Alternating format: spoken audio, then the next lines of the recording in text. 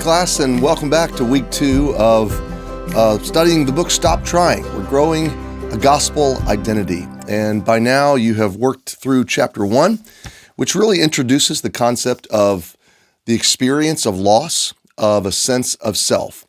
Now we move on today to chapter 2, and we're going to dive a little deeper into what is a sense of self. What is identity? It took me a long time to wrap my brain around this. It's a very real thing, but it's a psychological thing. It's an intangible thing. It's a somewhat ambiguous thing, okay? So it's there.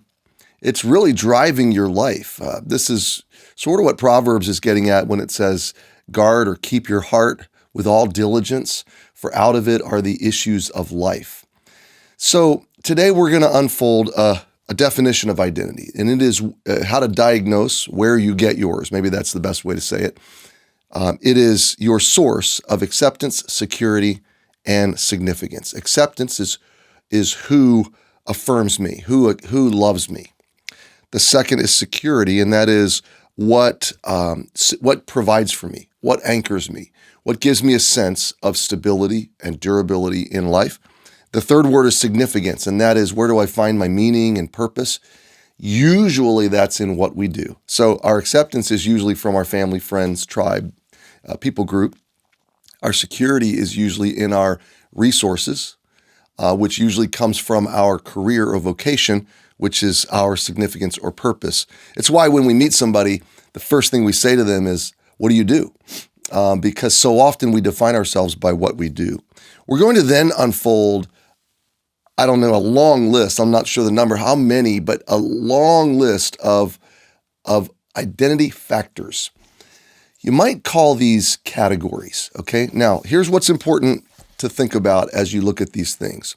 These things are what the world elevates and says, this defines you. You are this color. You are this gender. You are of this nation, of this town or state. You do this. You operate in this way. You've gone to this school. So these are categories. Okay, now here's what you need to remember, that they may be true of me, but they cannot sufficiently or comprehensively define me. Okay, that's where they're elevated too high.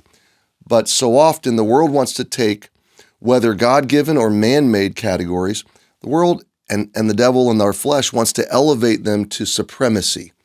And the idea here is that these may be contributors, they may be factors that contribute to the identity of who I am, but they certainly do not exclusively or comprehensively define me. So the world presses us, frankly, to idolize or to deify these categories or these factors, and then to divide against each other based on these categories. The world, we'll see later, also wants to make these categories, some of them, fluid. Instead of fixed, gender, things like that, the world wants to make them fluid. So it's important to remember these categories may be true, but they're not comprehensive. They're not to be idolatrous or supreme, and they cannot completely define me or exclusively define me. In other words, I'm more and you are more than all of these things. You're more than all these things put together.